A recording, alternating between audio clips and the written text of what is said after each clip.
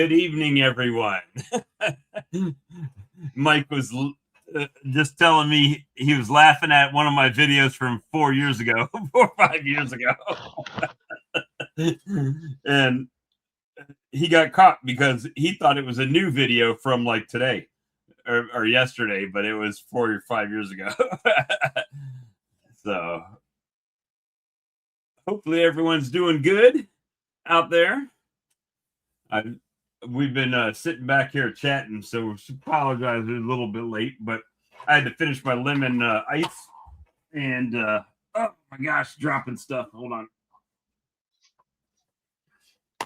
And let me see. Hey, Miss T with the T, and James and Chris and Roy. Good to see everyone.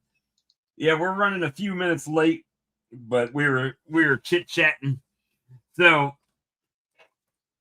I have a video that's floating out there from 4 or 5 years ago about a Demarest. And the Demarest, that video, the colony I did the Demarest on, I Demarest it, and then I robbed everything out of the top, right? When they made the queen cells, I took all those queen cells they made in the top box and split those off to make splits. So then I had people asking me about how I did the Demarest after talking on the show or whatever. So I did a video. The problem is when I did it on the box, there was not that many bees in it.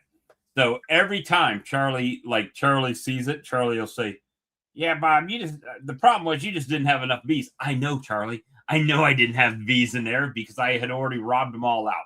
So that's kind of the process with the Demarest. Is once you commit to doing a Demarest, you got to do it. If you do what I did in the video or previous to that video, what'll happen is you're just weakening the hive, right? I mean, totally weakening the hive. So the one frame with the queen in the bottom, that's how Black Mountain Honey did it. That's where I got the idea. He would put one frame with the queen in the bottom and foundation, and then move the rest of the brood box to the top, with the queen excluders, et cetera, on the Demarest. And that's how he does it.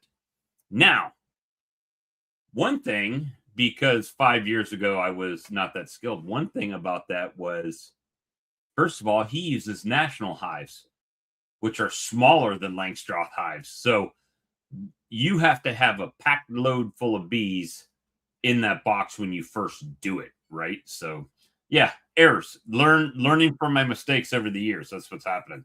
And you can't steal everything from the top box. And you cannot rob all the queen cells out of the top and make that happen.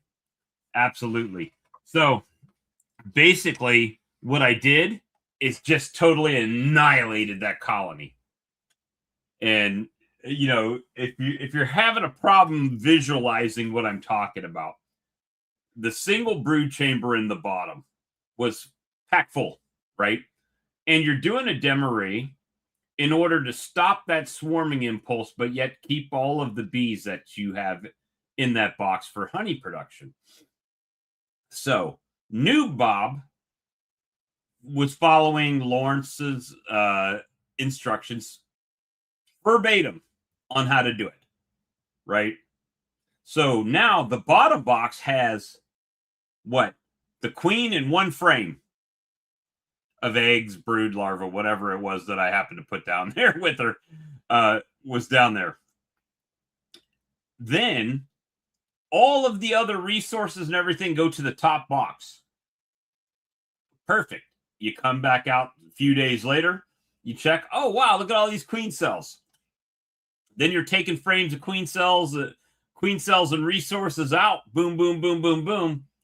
Now she's got absolutely nothing. So that's why when I went back to that hive and I filmed that video, there was no bees, right? It looked pretty pitiful. Yeah, that's why. I'm like, I took all the brood and resources out. I'm thinking, why did he have to even Demarest it? It hardly has any bees. Right. I didn't realize you'd already robbed it. Yeah, I had already robbed it. I was just doing it as a demonstration on how to set it up and flip it and do everything. But I had already decimated that colony, right? At that point, I should have eliminated it all and took her right back down to like a 2-framer or to a 5-framer, right? Let her build back up. So yeah, there is that. That was the lesson. And Charlie, every time Charlie comes in, he's like, "Yeah, Bob, you just didn't have enough bees in that colony." Yeah, I know, and I know why I didn't have them in there because they made like 4 or 5 new colonies. So it was kind of basically it ended up being just a split, right, for me. But it just it was horrific. It was horrific. So everybody, the link is up there, and appreciate the thumbs up if you can do that on the way in. We really appreciate that. And how's things been going, Big Mike? Been going pretty good. Got you a swarmy swarm today? Caught you a swarm today? Oh yeah, I caught one of my own bees. Nice big one though. You like those natural splits. Now, here's a question. Do you find those splits like that, they just do them whenever, or do you feel they have a good grasp on when to do that as far as the temperature in your area?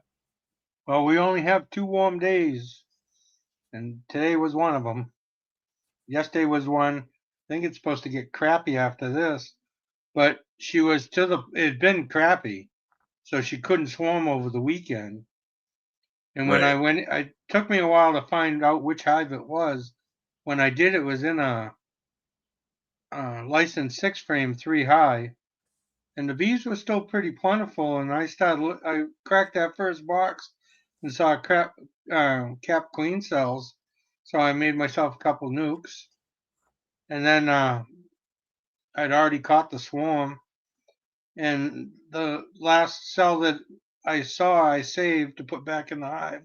And when I was putting her in, she was crawling out of the cell. So they were hatching today, because of the weather. They've been held up. Yeah, that's kind of what happened to us for like couple 2 days, 2-3 days. It was kind of cold. I mean, for here, like overcast, a little bit of mist, rain, 60 degrees during the day, and in the 50s at night, and they just didn't have any real want to come out. Then all of a sudden, Sunday, it got to about 70 degrees, sunny, and they were just all over the place flying. Luckily, no swarms for me. April 7th, we had snow. May 5th, I had a swarm. I saw a post earlier today that Mr. Brad had some snow today, I think, a little bit. So that's kind of it's interesting. It has been a very mild spring for us right now. I've got a little bit of stuff blooming, but I don't think I've got much of a nectar flow right now. And I'm judging that on some of the swarms that I put in those new colonies. They are drawing some wax, but it's just not as fast as I thought it would have been. So I'm just waiting on them to do their thing so they can get a box and grow up a little bit. But yeah, it was just kind of interesting the last few days. I've been also trying to conserve as much electricity as possible around here. Today's the first day I've had the AC on this month, and that's because my wife was home. She wasn't home, I would have just used the fan, the ceiling fan in the windows again. Let me see. I thought on a demo array you put the queen on the bottom with 2 frames of eggs all drop. Okay, yeah, there are different ways of doing it, Uncle Junior. the way that I learned how to do it was from a YouTube video from Black Mountain Honey. And the way he did it was with just one frame. He used one frame in the bottom and waxed foundation, and they drew it all out because all the foragers weren't going back down to go out and come in, you know. So that's how I did it. Only thing is, when I had those queen cells, when I was supposed to dispatch them, all of a sudden, as I often do, I get in the yard and you're like, you know what? Boy, it sure is a waste of a lot of good queen cells. so I robbed them instead of knocking them down and letting all that brood hatch out. I robbed all the cells on the frames out, right? Which just decimated that colony. So don't do it that way. That's the for sure thing if you want it to succeed. Don't do it that way. But yeah, so you know, it's I had one day at the honey table, and it was okay. It wasn't great, but hey, honeybee scratcher, good to see you. It wasn't a great day, but it was a sales day, a few $100, and done a little bit since then. So every day we take a little bit, get a little bit in. But this time of year, like today, I went and worked all the bees in this yard. Tomorrow, if the weather's nice, I'll work my out yards. Actually, I don't really need to work them tomorrow because I just worked them Thursday of last week. So no need to go right now. Give them a few more days and then go out there because they had plenty of room last time. Georgia, what part of Georgia? I watch your channel when you're scratching them scratch-off tickets. I got one sticking on my refrigerator, $10 winner. That's about all I get. Haven't hit anything big ever.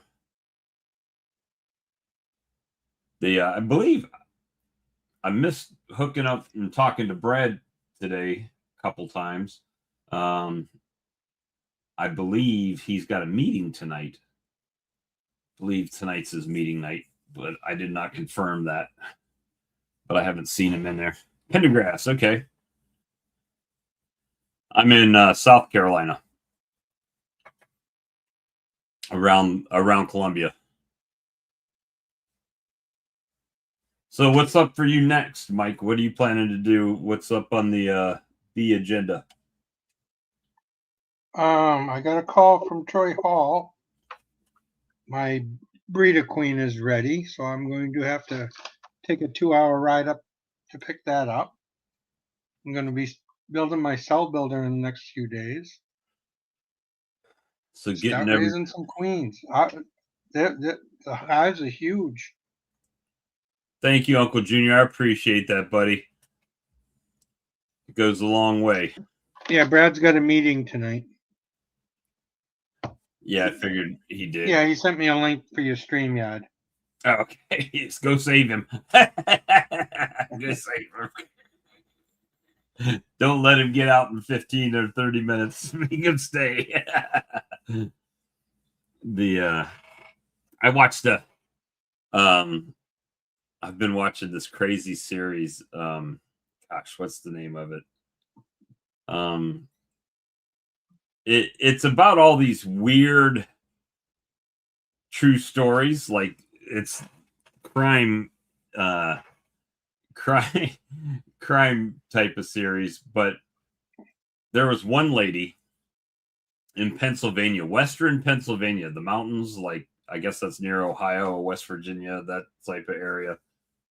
And this old lady was digging up corpses of her sister and her husband and had them in her house with her. And she had her neighbors and everybody was helping her keep these corpses at her house. It was crazy story. But it turns out the reason everybody was turning their head at what was going on was she had 121 acres and no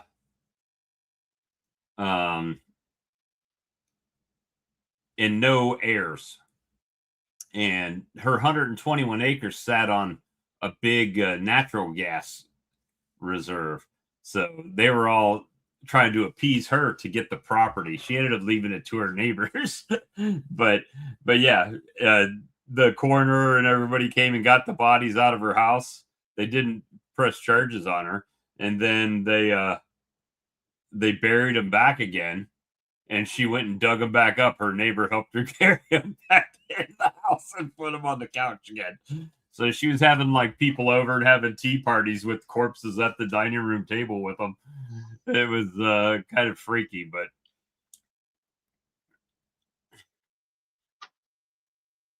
oh,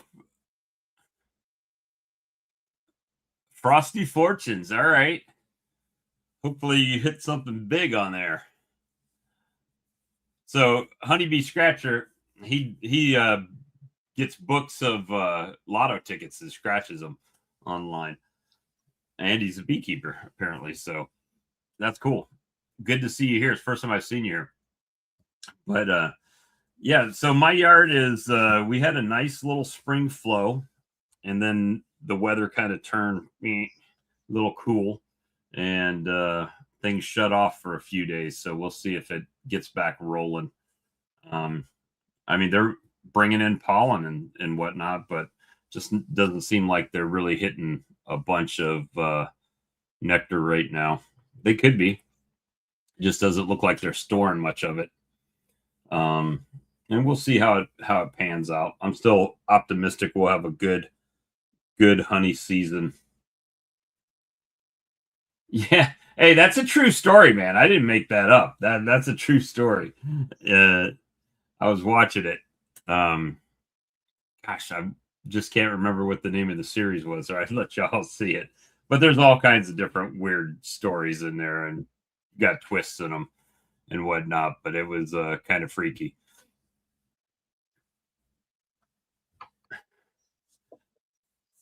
Oh, okay, cool. I just haven't seen you pop up in the chat. And everybody's free to come in at any time. Just make sure your camera's on, because I don't want no brown starfish showing up in the chat. We had that a few times, a couple times. Pop in there. So do you have any? So you're going to start grafting within the next little bit, then? Yeah, next couple weeks, I hope. That'll be good. How many queens you going to try to raise? Oh, I don't know. 100? Raise about 20 extra for me, and just throw them in a box and mail them down here. Some of them good queens until they hit the heat and like, where the hell are we? We didn't want to go on vacation, Miami or somewhere. Yeah, I wonder how they do down there. I've got a friend, Amir, that is he's been raising some pole line queens and some Golden West queens, daughters off of those queens, and he says they're doing well. We'll see. Here's David. Hey, David, good evening. Hey, David. All right. I don't know if you can hear us. Oh, yeah. Can you hear me? Sorry. Yeah, we can hear you. Can you hear us? Yep, can hear you Okay, fine. good. Took a minute for me to get sorted. I'm trying to hit all the right buttons for a change. You got a nice room there. I like that. This is my house, actually. Very nice. So yeah, thanks. I got the same old dungeon room every time. Well, my wife's in a different meeting. She's in sort of what we call our study room. Okay. So we kind of float around between. Yeah, we built this place in 2014, got occupancy permit in 2015. Okay. So that was, we bought a lot on a lake back in 1999. And then we camped on it until 2013. And we thought, oh, we're just getting too old. So we're camping. Let's go So ahead. we're going to take the plunge. We're going to build ourselves a retirement home. So basically, we just did that. So if you don't know, in the chat, David one of the founders of Nod, right? Am I Yep. correct in that? Yeah. All right. And you're still with them, right? It's not just Oh, like yeah. you were with them and not with them anymore, but you're still with them. I'm still the CEO. Yeah. Still the CEO. Unfortunately. Yeah. Well, I mean, you guys are doing good, though. I mean, you probably Yeah. sell a bunch of product and Yeah. getting Yeah. things going. If you need somebody in the States, I'm your guy. Just let me know. appreciate that. Go around the shows for you. Yeah. But that's like I said before, I'll just talk bees. We don't need to talk my product just because I jump in. Oh, that's Yeah. hey, you see that's my product right there, the Swarm Yeah. Rustler, and I subliminal message it every show. It's There right you behind go me. in the background. I guess I should wear a hat or a blazer or something with the brand just to try to keep up with you. Well, you know, I kind of have my own rule is if it's something you've created and you're behind, I have no problems like putting that information out there. I'm not if it's something that I use and I recommend it, you know, that's fine. Most of the time it's I don't necessarily you won't see anything with the coupon code like pop up that hey, if you buy this, you save 10%. And, you know, that's not really my thing. If I stand behind a product, typically I carry it in my online store. Nice.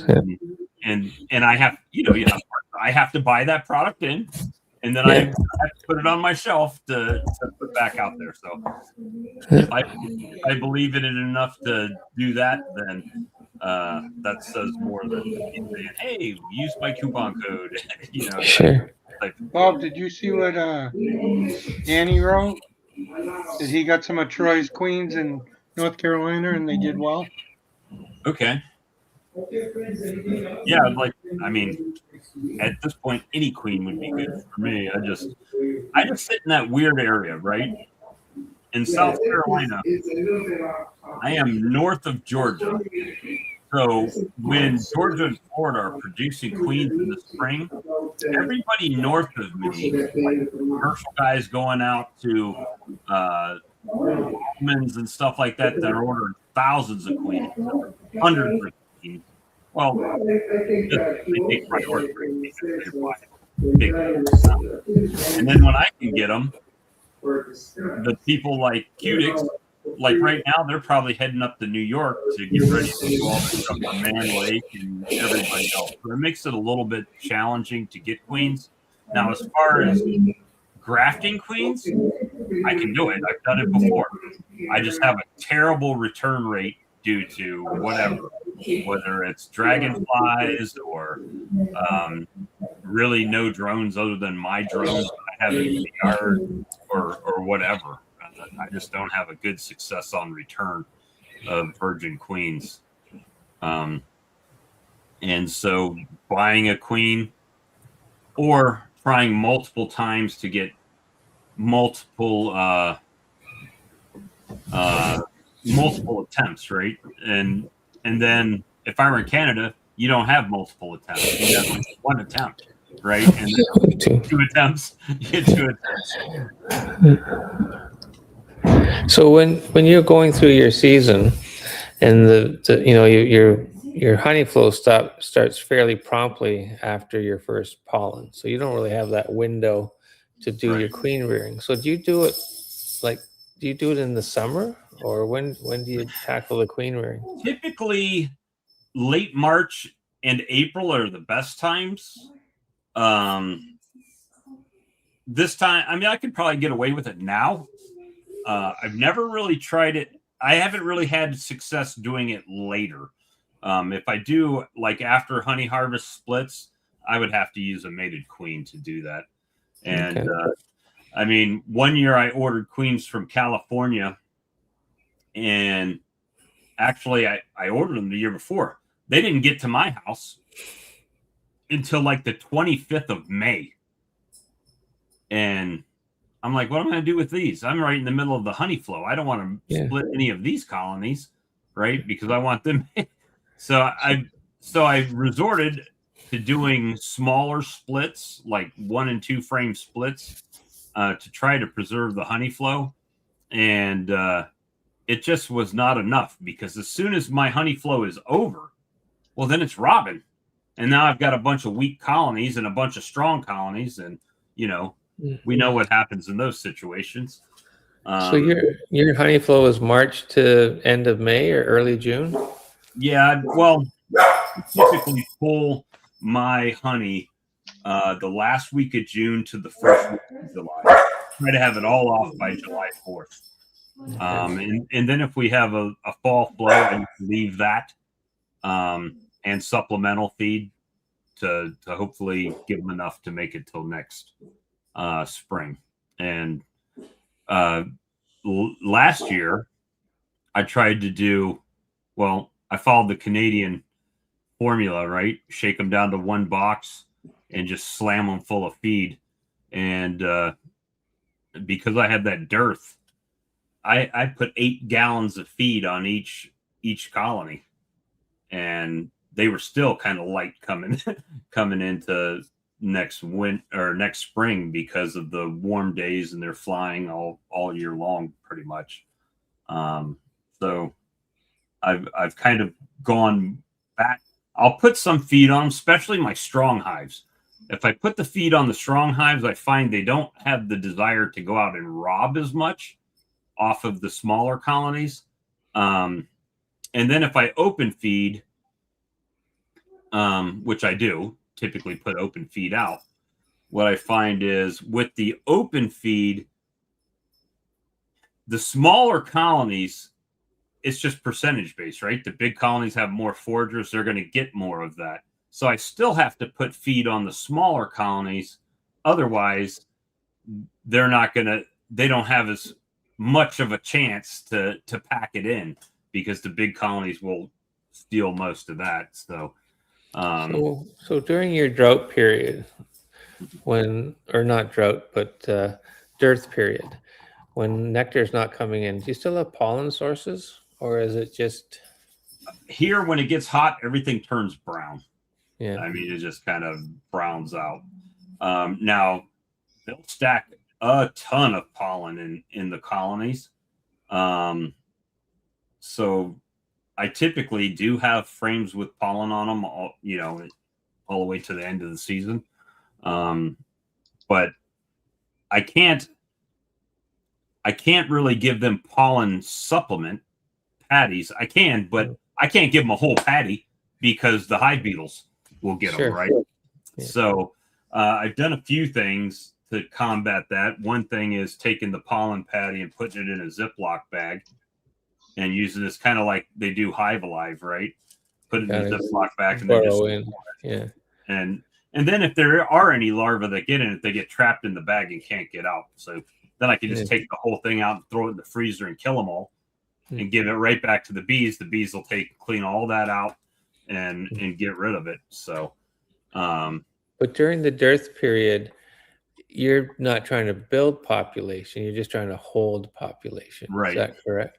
So do you ever just use like dry sugar on an inner cover just to or do you always feed syrups? I usually feed syrups. I have tried like sugar bricks and stuff like that, and dry sugar, like the mountain camp method. What I find is they take a lot of that out the front door. Yeah. Dry sugar, a lot of it out.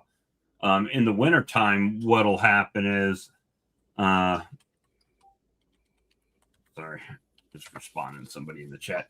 A lot of times, once winter hits and I do the mountain camp, well, then it turns into basically a sugar brick because of the condensation coming back down on it and the moisture in the hive, right, will solidify it. But it's just it's really, this is my 7th season, so I haven't been at it as long as a lot of the guys in the chat. And then I think you're right on. I think you're nailing it. I'm just curious with the different, like, I understand why you might need a double brood chamber hive, just because the bees have to moderate their own food consumption. And if they're not stimulated by nectar flow, then they'll even mitigate or slow down their consumption of their reserves. Yeah, it's challenging. And Brad and I and Ian and I have talked about this a lot. And their perception over the last 5 years has kind of changed too. And I think it's natural that we look at somebody else's operation. We're like, oh, well, that's easier than what I have to deal with the winter and putting them in the building and everything. And they've kind of changed that perception a little bit because, Lloyd Harris has all the studies on if they're flying, they're dying, right? So not only do I have to make sure they have feed, but because they're flying, we kind of always have brood at some level in the colony. And I've got some colonies, if they're in a polystyrene hive here, they're going to be massive coming out of spring. They're in a wooden box, they're going to be tiny clusters and take a long time to build back up in the spring. It's just almost, it's night and day between those two colonies. And, everybody thinks of polystyrene for winter use up north and in cold weather, but it is really beneficial here when it's 100 degrees outside as well, because it helps to mitigate the temperature inside the colony to cool it as well. Yeah. So I'll go out on a 100-degree day in August, and there's more bees on the outside of my hive than there are on the inside of my hive because they're trying to keep that temperature cool. Well, if they're outside, they're not doing any work on the inside, not anything. They're just hanging out on the outside. So I always am trying to find ways to keep them inside. And polystyrene has helped out with that, but I don't have many because I jumped in and bought a bunch of woodenware, right? Like everybody. If I had it to do over again, what I know now, I would 100% just buy polystyrene colonies and work on it from there. There's a couple reasons. First of all, I don't know if you know the licensed colonies, but they got a pretty nice inner feeder, right? A hive top feeder that just goes on top, and that works really well. Nukes, if I put them in a polystyrene, and I can cut a smaller nuke out of a colony, it's going to fill that thing right up. And because they're not having to manage the temperature as much. At least that's my hypothesis. I have no scientific basis on that, but they seem to do really well in there, and they will grow really quick in that environment. And I've got probably every size box known to man. I've got 2 frames, 5 frames, 6 frame, 8 frame, 10 frame, 10 frame deep, 10 frame medium, hive top feeders, frame feeders. I've got Boardman feeders. I bought everything. And if I had it to do all over again, and this is kind of the forethought that you don't think about when you first start keeping bees. Most people start keeping bees. Oh, I just want to get a couple hives and see how it goes. And then everybody gets that bee math. Oh, I made 100 pounds of honey and I sold that in my first weekend and I made $1,000. And if I just did that 50 more times, we could be in business, right? That's the bee math. So then you go out and you start building and buying equipment, and it makes you don't really have that set plan on this is the equipment I'm going to run. This is how I'm going to do it. I'm going to use this type of feeder. I'm going to do this, right?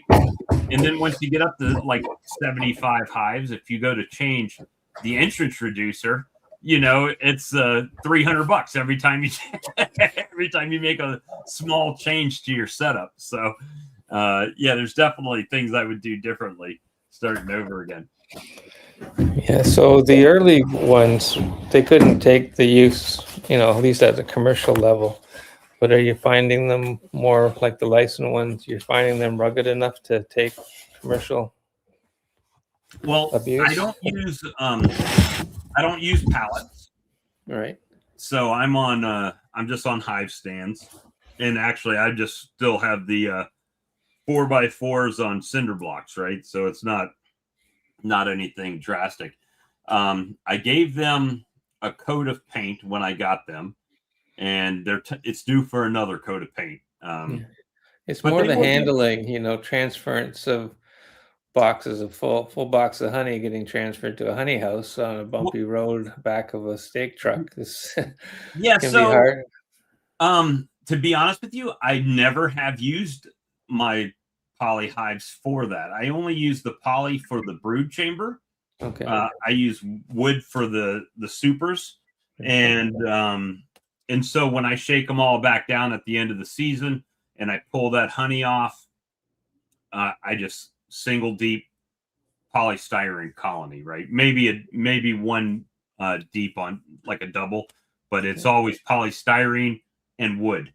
But they are always the first ones to start like really laying the brood up, and they just always have seemed to have that leg up on the other colonies, for whatever reason. No, just I bet they're a cavity dwelling insect. They incubate their brood at our body temperature. Yeah. Anything you can do to enhance that is. And let me. Yeah, Matter of fact, go ahead. Sorry, Mike. My hive swarm today was in a poly hive. It was just a little bit further ahead than the wood A little bit ones. further ahead than everyone else. Yep. Yeah, I can't say that, but the poly, I tend to forget about. I have to check them because you have to unbuckle everything. I can't just walk over and crack them. Well, yeah. So, once you put those wooden supers on, it's just like every other colony, right? So that is kind of, I guess, where I work around. It doesn't bother me to work them. Now, what they have done with the Lyson, they come with these nice plastic entrance reducers, right? That have got these little slots in them. I've had them. If they don't like it, they just chew right out underneath the polystyrene. They'll just chew that out and make themselves a little walkway to go right under it. And now I've got. It does keep the mice out. Yeah, I haven't had any mice issues. I've knock on wood. I haven't had any critter issues other than mites and beetles. Those are the only two things, and those are major. But I haven't had any mice or skunks or possums or raccoons or anything like that getting in my colonies. David, you were talking about somebody near you had spotted some hive beetles. Have you spotted any yet? No, they were mine in my. Oh, they were yours. Spring. Yeah, so like I had 5 yards last year, and we found small hive beetles in 3. And the year before, we'd found them in 1, and I still haven't seen any in the other 2 yet, even though we put the Swiffer pads on, like Bob mentioned, the Swiffer. Swiffer sheets. Yeah, thank you. So they're active. Like I was in some hives today, and they seem to. How long have you had the peaks in there? Some of these were over winter, and they'd have like 30 to 50 small hive beetle in them, and I put fresh ones on today. But yeah, so I just put them on last fall and left them just to see what would happen in these particular. You propolized the crap out of them, probably. No, they're starting to, but they were still fuzzy. So, and just as well on inner covers and stuff, they run amongst the bees. Like people talk about sucking them up with vacuums, but you'd suck up bees too. I don't know how you could avoid it because they're just scooting around. The best thing I found for getting them out is I'll take the whole frame out, and I'll take it over to a migratory cover, and I'll just bang it on both sides. All the bees come off the frame, the beetles come off the frame, and then typically the bees will fly off, but I'll just hive tool test all the hive beetles. So that's have you had any pass the test yet? No, none of them. Well, some of them run fast. Yeah, they're quick. But for the most part, every time I can knock them down, I try to. But it's changed so much since I've started using that Appy tablet as far as the quantities of hive beetles that have been in my colonies that if I see 1 or 2, I don't even. I don't even worry about it, right? The bees are managing it. If I see a bunch of them on the top frames, then I start some aggressive action of banging them off and smashing them and stuff like that, because as long as I keep it where the bees can keep it in check, then it's okay. And foundation, hive beetles can't do nothing with it. They can't do anything with it. So, you know, if I reduce the amount of frames that they can be on or that they have access to because of the bee population covering the comb, then it seems to work in the benefit. Thank you, Steve. When you're running double brood chamber colonies instead of singles, and then the colony cluster changes through the season, is that one reason to reduce them to a single? It's just so they can keep an eye on the small hive beetle better? Or, like I notice in my double brood chambers, because I always end up putting some through winter, they seem to be a larger beetle population, but the bee population is good as well. So I just, yeah. also, this is their first times dealing with it. Like my bees haven't figured them out yet. So, well, there's really not much the bees can do to them. They just run them around, right? yeah. And they usually run them up to the frame rest where they'll get propolised in, or up on top of the frames where they'll. Do you use those Reflectex or what? No, I use a classic inner cover that's got 1.5 inch upper rim for holding insulation. So, yeah, and then it's got a little tunnel out the front, but I do drill an access hole for the bees to keep the ants out. So I thought for a while, if I just put the Swiffer sheets on the top, that the beetles might end up there, but they don't. They stay down with the bees, probably because they're getting fed. And they're getting fed in. They're getting heat right off of the bees. Yeah. What you'll find in the wintertime is they move a lot slower in the wintertime. Okay. If they're on top of the frames, they're lethargic. Very easy to smash. Of course, I can open mine in the wintertime at certain times, and you cannot. But those Swiffer sheets, I've caught hundreds of beetles on a Swiffer sheet. It'll catch a few bees too, but it does. It's fine. That's sacrificial bees for the cause, I guess. Yeah. But it's kind of like what you were saying last week. You were saying something about, well, you're not losing any more than if you did a mite wash, right? A cup of bees or so. So it's one of those type of things. No, I only see there's just a few bees get caught in them. Most of them seem to muscle themselves off. Yeah, and they'll nap it up real good, trying to pull it out, and then my bees just typically after a while decide they want to just propolis it in. It turns into a real thick, crispy piece of Swiffer sheet if you leave them in there too long. But yeah, that's typically in. Thank God for the last couple years, I haven't had the same results that I did early on here. Like to give you an example, when I started beekeeping, I do have a mentor. But even let's face it, you have a mentor, but you still do things without asking them about it, right? Sure. You don't ask their opinion, you just go do it because I saw it in this YouTube video.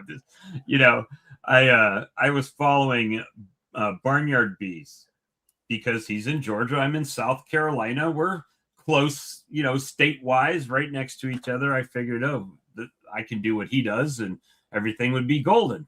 So the first year, if you watch any of his videos, it's easy to make a new colony. All you do is take a frame of bees and put it in this other 2-frame box, and they'll make a queen and bada bing, bada boom, walk away, split.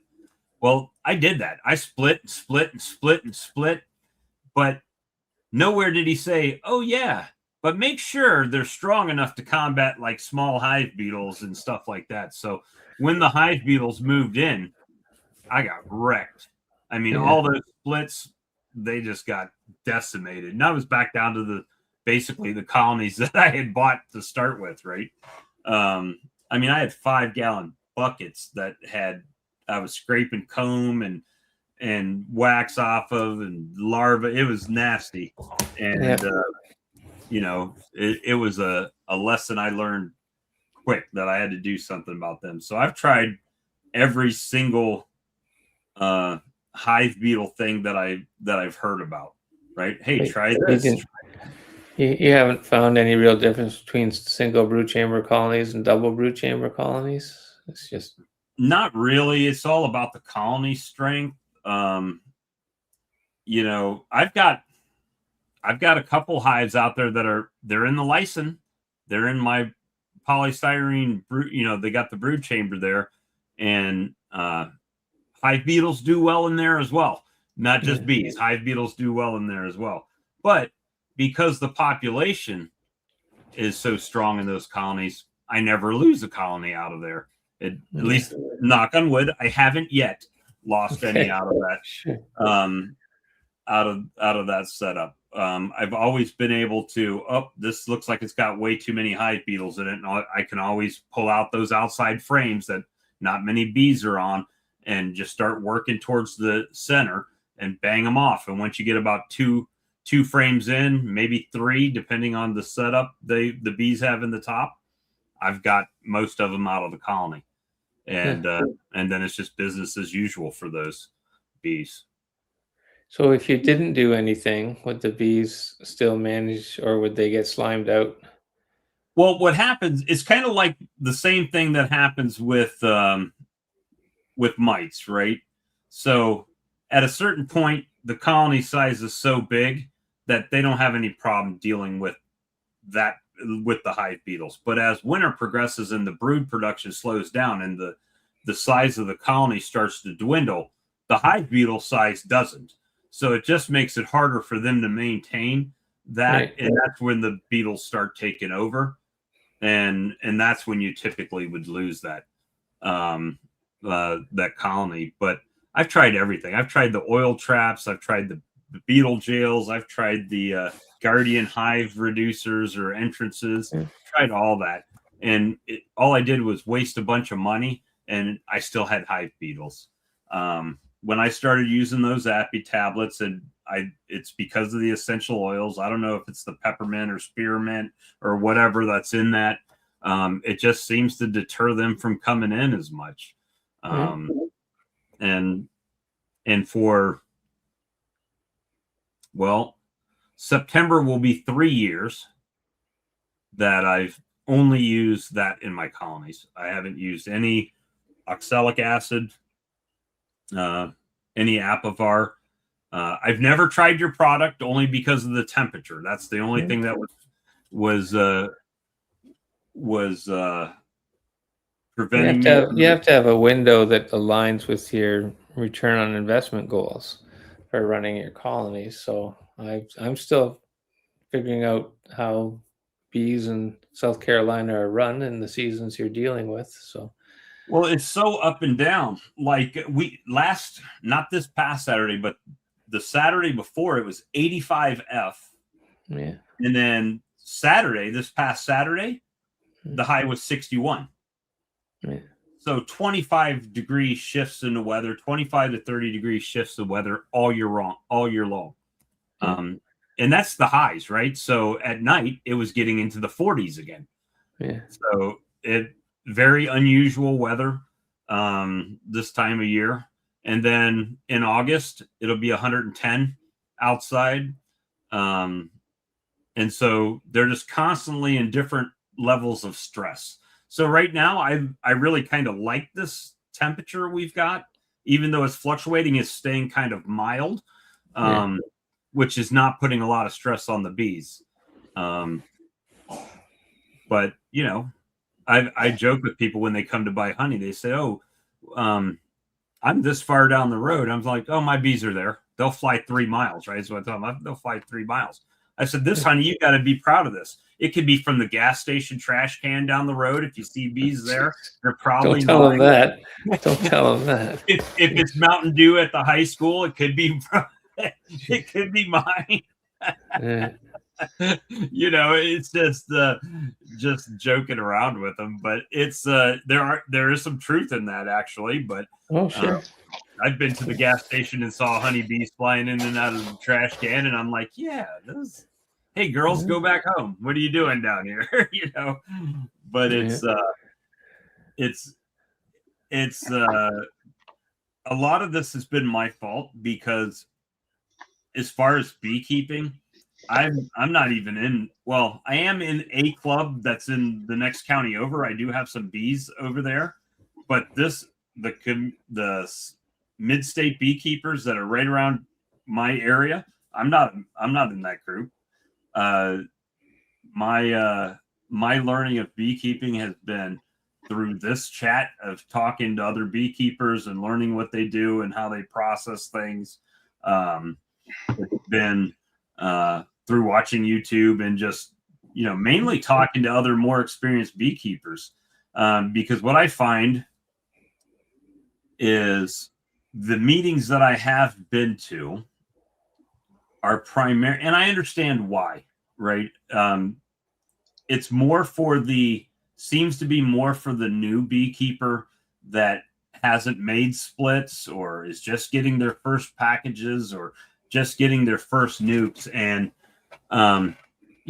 let's face it, you put one nuke in, you can do 50 of them, right? It's just there's not much to that. And then every year at the same time, this is how you do a split.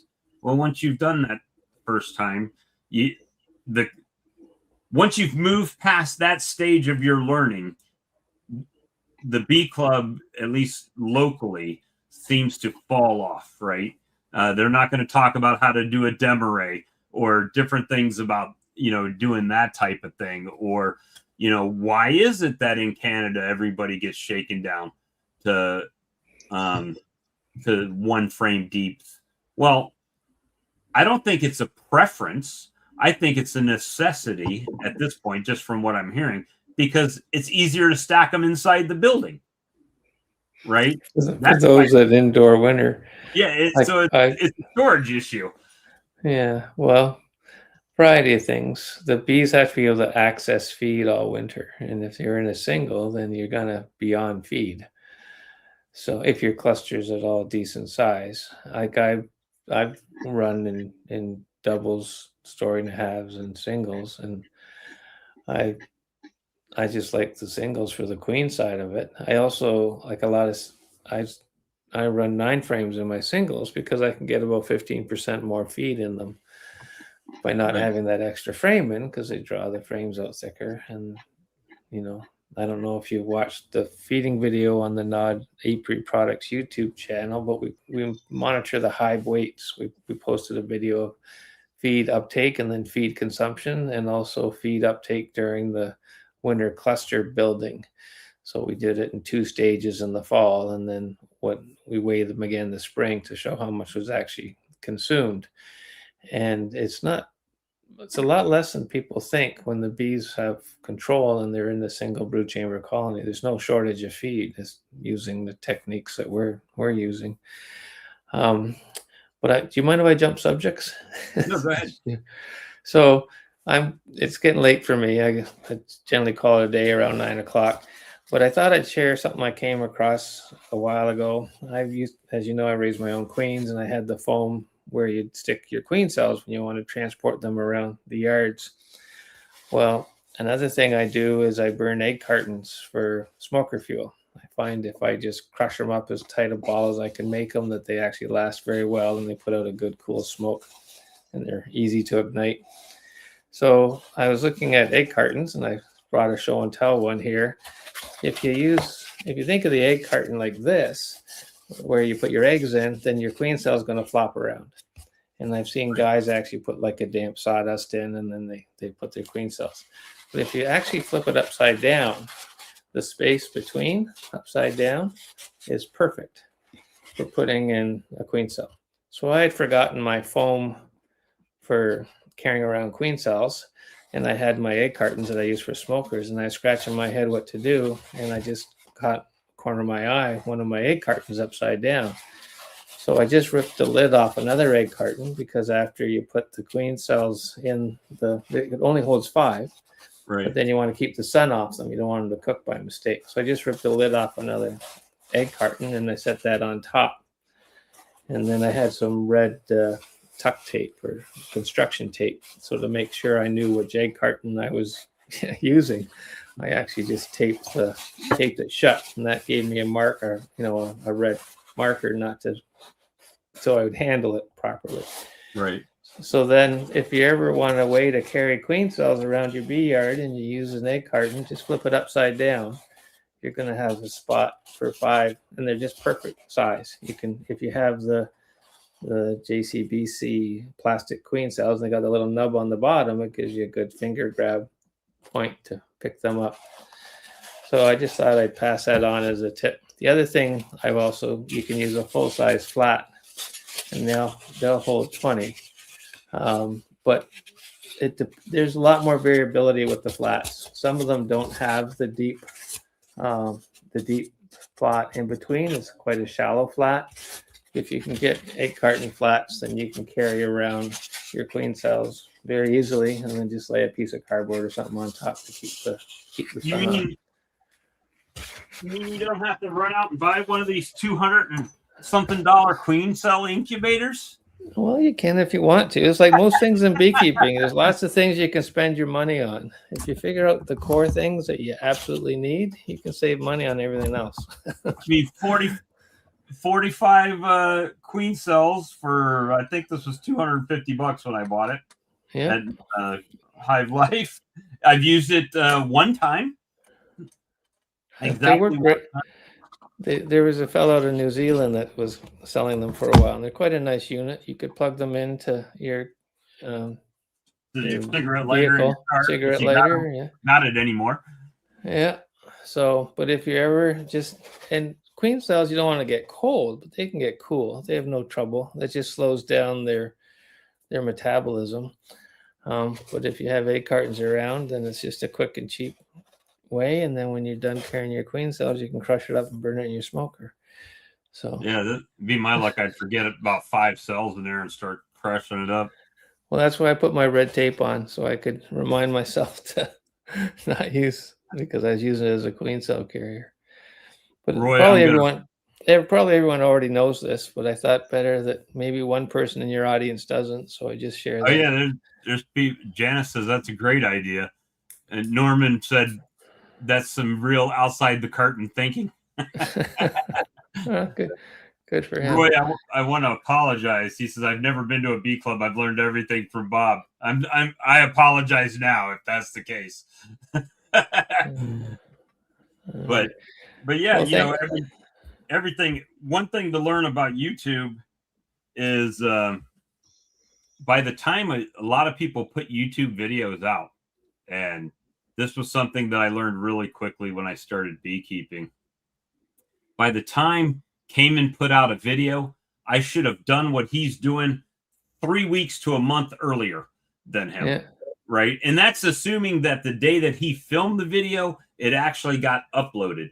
Right. If he put it up a week after he filmed it, then, could be a month and a half that I should have done it. So it's so for us, going back to I'll plug my channel again, Not Apiary Products. Last year, we shot our whole season in videos, and it's like you said, it's too late when the time the video comes out.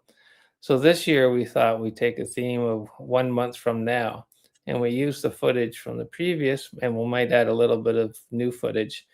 But 1 month from now, this is what I'll be doing. So if people want to get ahead of it, then they see, and it's a fresh video because it's a studio recording.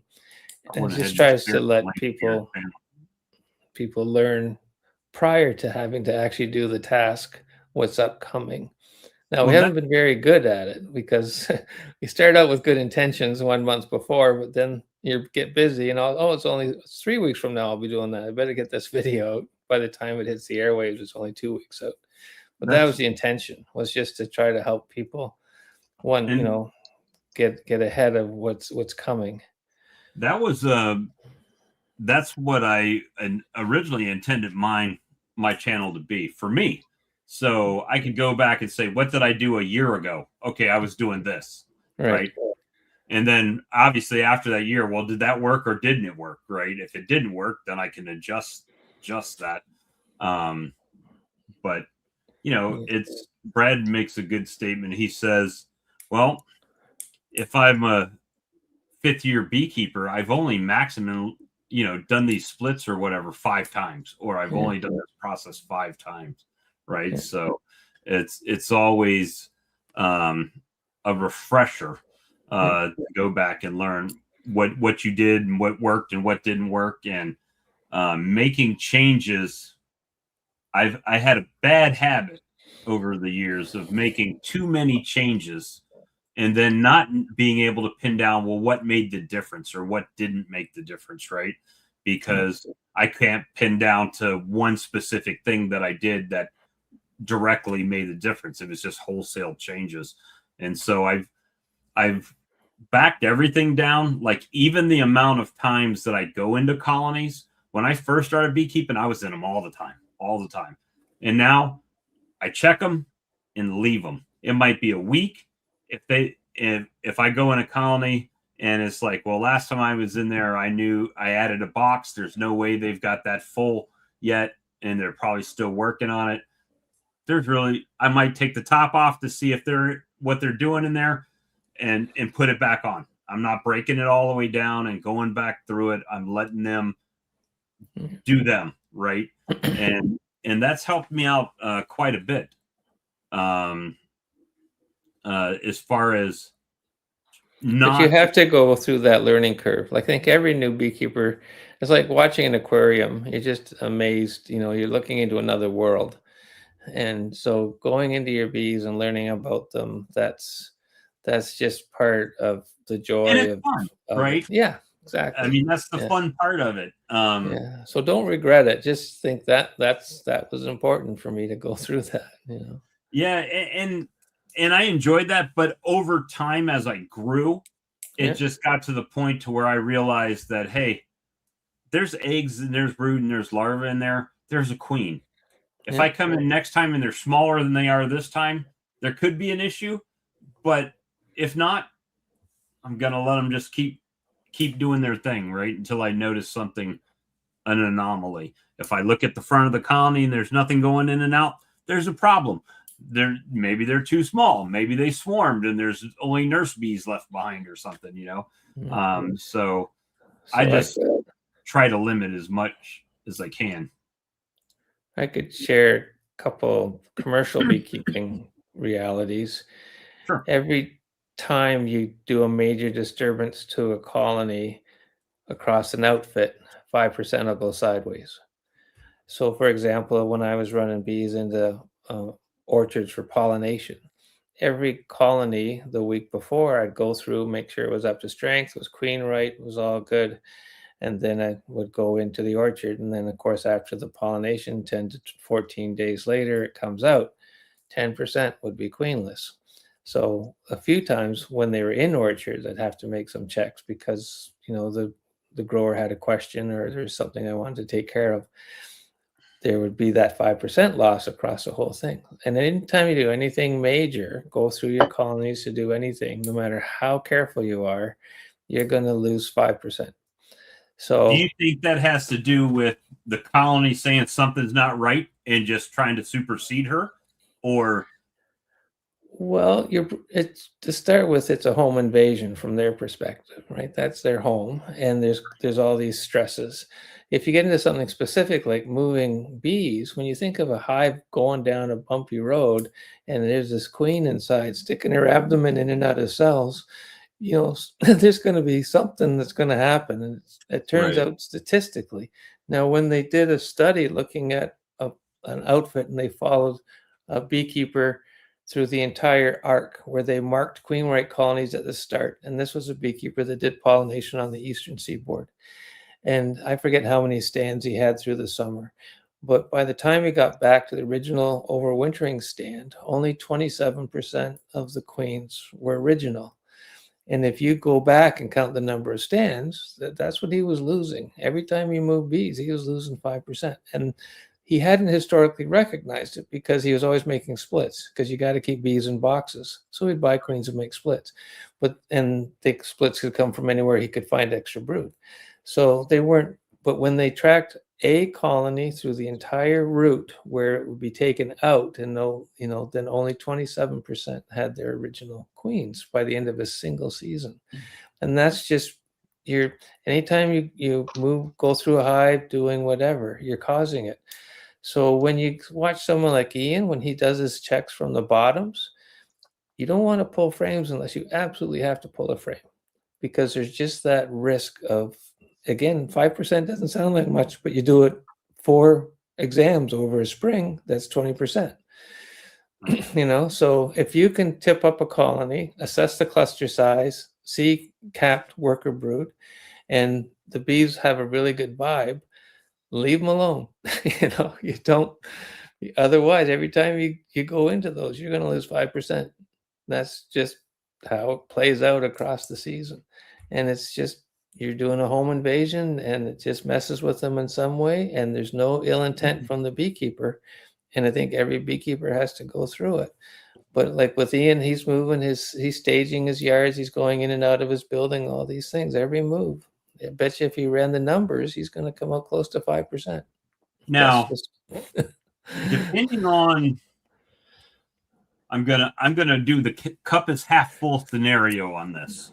Sure. So depending on the time of year that's happening, yeah, that could be a good thing, especially if you're replacing a lot of queens, right? If you're, well, not if you're just doing bulk replacing of the queens, but if they're naturally superseding their 5% of the queens every time you do it, then by next season you might have a pretty fresh new queens. Well, it depends on the window it's happening and whether it's likely supersedure is even possible. For the migratory beekeeper, they're not out of stand long enough for them to raise and then mate and then her to resume function. They have to bring in and mated queens to keep their colony numbers up. With Ian going in and out of winter storage, he's not in windows where they can replace a queen, because they're not flying. It's just the wrong season. So again, it's very much dependent on what's going on. For me, with my orchard work, if the queens were killed going in to the orchard, then it's unlikely they'd have a successful supersedure. If they went sideways coming out, and it doesn't always have to be the queen, she might go drone layer, for example. It's not necessarily a death of the queen. There's just been some sort of stressor that it's no longer a viable queen. And that's that. So from a commercial beekeeping point of view, if I can learn in the 5 seconds it takes for me to tip up a colony and read the health of the colony from the bottom of the frames and never pull a frame, just if there's a queen excluder already on, just leave the queen excluder on and start stacking up boxes. So Right. It's just to follow on your thought, you're trying to keep your beekeeping simple and you got to get through numbers. One thing I'm finding with small hive beetles is, a lot of the times the stronger hives seem to are popping out more small hive beetles. And in the past, I haven't really worried about cleaning bottom boards in the spring. They may not be clean now. Just today I finished my final unwrapping and spring inspections, but they'll have it cleaned out 10 days from now, and the next time I go through. So why would I put any effort into, it's their mess, let them clean it up? That's sort of my thought. Well, Right. Now I'm finding the small hive beetle worms in the debris. So I'm adopting a whole new step in my management, where if I tip them back and I see debris on the bottom board, then I'll set it back and on the inverted hive cover, scrape the bottom board down clean, and then replace the hive body back onto it. Now, in that process, I've already read the health of the colony because I tipped it up when taking a look at it. Then I have to decide, am I going to go any further? But a lot of times these colonies are in very good shape. They just also happen to have small hive beetle. But I don't want that population to explode over the season because it's cold out. Like, it still drops to freezing at night. Today's high was, I think, yesterday was the warmest day we'd had for for 10 days, and it got up to 65 Fahrenheit. I'm mentally doing the math. And then today it was back, I think it got up to around 55. Like the bees are, they're shivering, they're cold. But even so, they're doing a little bit of foraging for pollen. But in that bottom board debris, which in the past I just let them clean up their own mess, I'm giving them a hand, just because I want to stay ahead of the small hive beetle. Yeah, that's the thing is, I think and I think a lot of what we do as beekeepers is that way. It's always about not what it is today, but you're always looking forward a few weeks, 3 weeks out. What am I going to 3 weeks from now? Where do I want to be? What's happening? Right. That's for sure. Not with my bees. I split 2 colonies. When was it? Friday last week, and then they swarmed yesterday and today. The same colony? There's one that I didn't split, but they're a quadruple deep, and they swarmed the other day, but they were tiny, so I don't know. They're just gonna do what they do. Healthy bees make more bees. Are they in styrofoam boxes? No, they're in wood. You missed that conversation. We had quite a conversation on styrofoam boxes. I was earlier. Hearing something about the hive beetles, right? In the styrofoam. Oh, boxes. Yeah. Well, you're saying that they swarm more in the styrofoam. Well, the styrofoam, they're always my strongest colonies coming out. Always. They're always a little bit ahead of everything else. My strongest ones, the ones that have big gaping holes in the sides of them, and then they're on a screen bottom board with nothing blocking them all winter long. They're the strongest every year. I've got some screen. Point in fact is those license have screen bottom boards on them, right? And I run screen bottom boards on a lot of my colonies now, and that helps with that beetle larva, because that beetle larva will fall down through the screen. The beetles will fall down through the screen into the tray in the bottom. And as long as you have oil or diatomaceous earth or something down there, it'll kill them when they fall through. Not necessarily conducive to your weather, David, where you're at, especially since, you're on hive stands, though. You're not on pallets, right? No, I said back in the early days, I made 200 screen bottom boards and ran half my outfit. I was running 400 hives. I run half. And just watching how the brood patterns were, they would not take the brood right down to the bottom of the frames. A lot of the times they would stay up. Right. So I just like they run for them, the hive cavity is an incubation zone, and when you get cold air blowing up from the bottom, and so I put skirts on them, like I built them so there wouldn't be cold air blowing up, thinking that at least the mites would continue to fall, because that was the thought at the time. A lot of times it's just the old mites that are dying anyways, but when you start running the stats, but they definitely were underperforming the colonies that had solid bottom boards to a point. I finally stacked them up and gradually just worked them in as hive stands. I gradually cut the screen out of them, and because I had them in pairs, I had the hive stands were paired and they had drawers in them, and I just made them in the shop myself in the winter, and I had a slide-in metal sheet that could hold a sticky board, just for monitoring purposes, because we were all learning about varroa. We didn't know anything. It's like I'm learning about small hive beetle now. We were just trying to figure it out. And it's definitely impeded their brood development in our climate. Now, in your climate might be fine, but we were not seeing brood down to the bottom bars like we used to. And definitely they couldn't build up in the spring nearly as quickly with the open screened bottom boards. If another way to think of it, this is a reproductive zone. Well, just think Scottish gentlemen, things shrink up in the cold. So There you go. But anyways, gentlemen, I gotta go to bed. It's so sorry to jump out on you. No worries. We appreciate you stopping. Nice seeing you, David. Yeah, thanks for hosting. Appreciate the chance to share and learn. Yeah, come back. Come back anytime. Yeah. Come back all the time. It's fine. Let's see you later. You only get 6 spots, so maybe intermittently. Thanks very much. Thank you. Later. Bye. Have a good one. Yeah, so I saw a couple of your lives. You're out there chasing bees down. You Past didn't 2 take days. you didn't go to Tangen? Nah, I I saw was able to shake them. put some pots and pans together. I do that sometimes. You know what? I bet you if you put a speaker on with just some music playing, that might Yeah. work just as effectively. Put some heavy metal on. Yeah. Hey, you could do a test to see if the if they prefer different types of music when they swarm. Right. Little AC/DC, see if they come rolling Some- back in. Play some Metallica. Some Metallica, little country on one station, see which one it comes to. They went higher today. I had to get a ladder. Yeah, if it get for some reason, it seems like if they swarm out of my yard, they go way up to the top.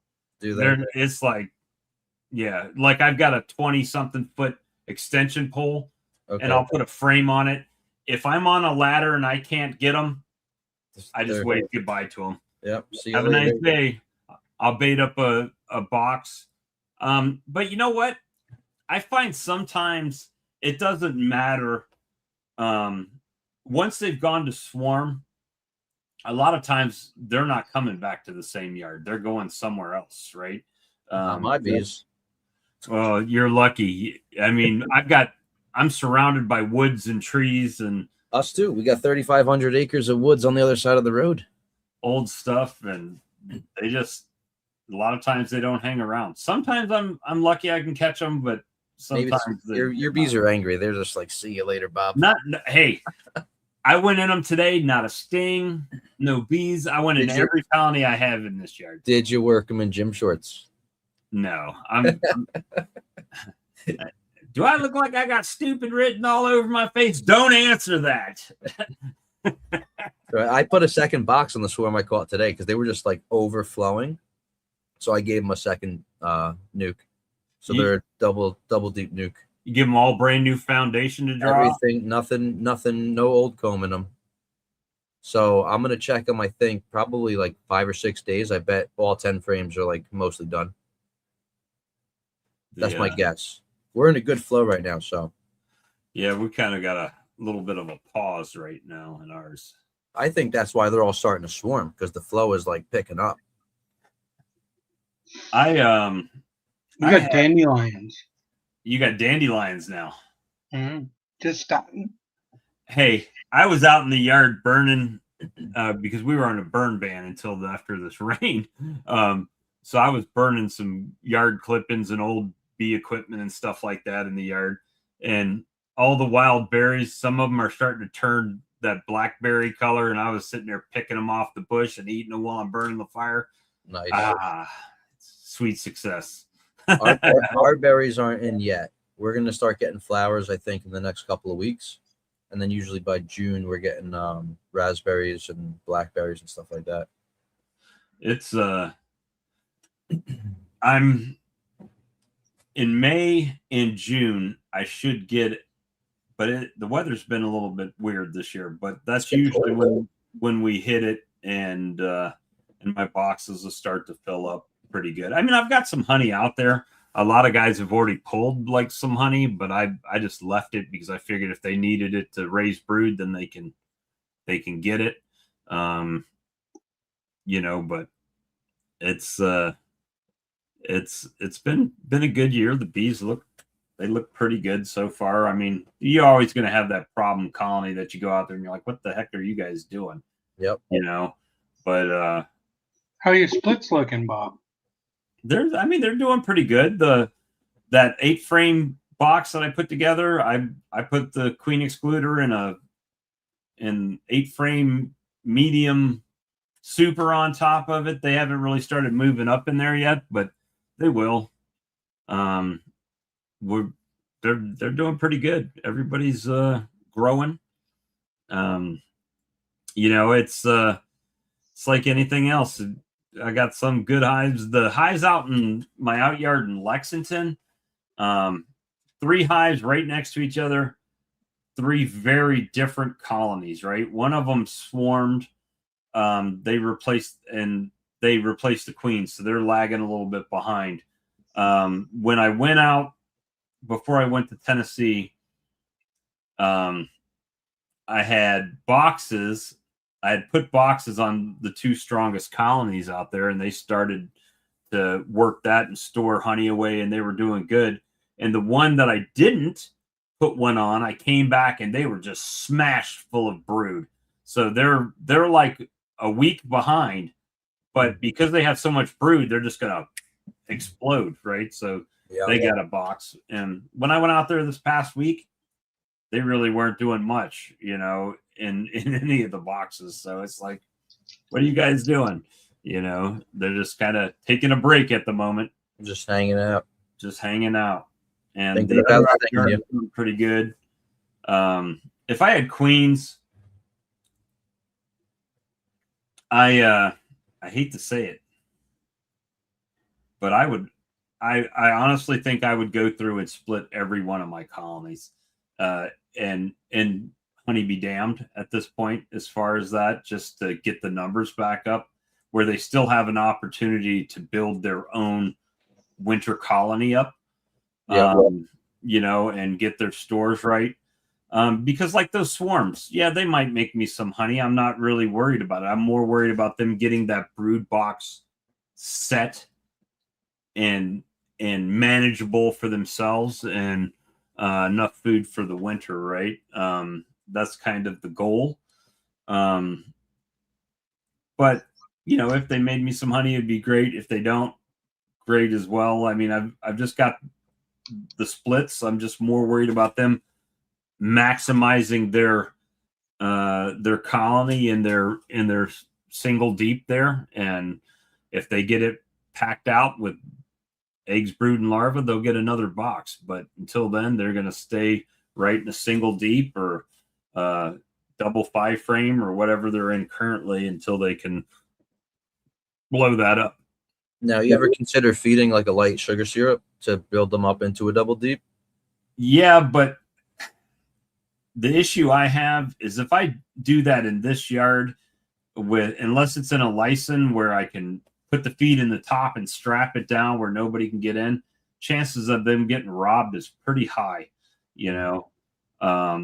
just because they're too weak to they'll just get overpowered, right? Gotcha. Now I have done open feed, but I don't want to put open feed out now if they're bringing. You got honey sweepers on. So usually that's something I do right after the. So my thought this year is all my splits. So I've got my production colonies. We got 11 of them this year. And then all the splits that I'm making, I'm going to see what they do over May and June. And then once July hits, if they're not into a double deep or close to it, I'm just going to slap feed on them and I'm going to see what happens. At least try to get them to draw 24 or 15 new frames out. Thank you, Roy. Appreciate you, buddy. Thanks a lot.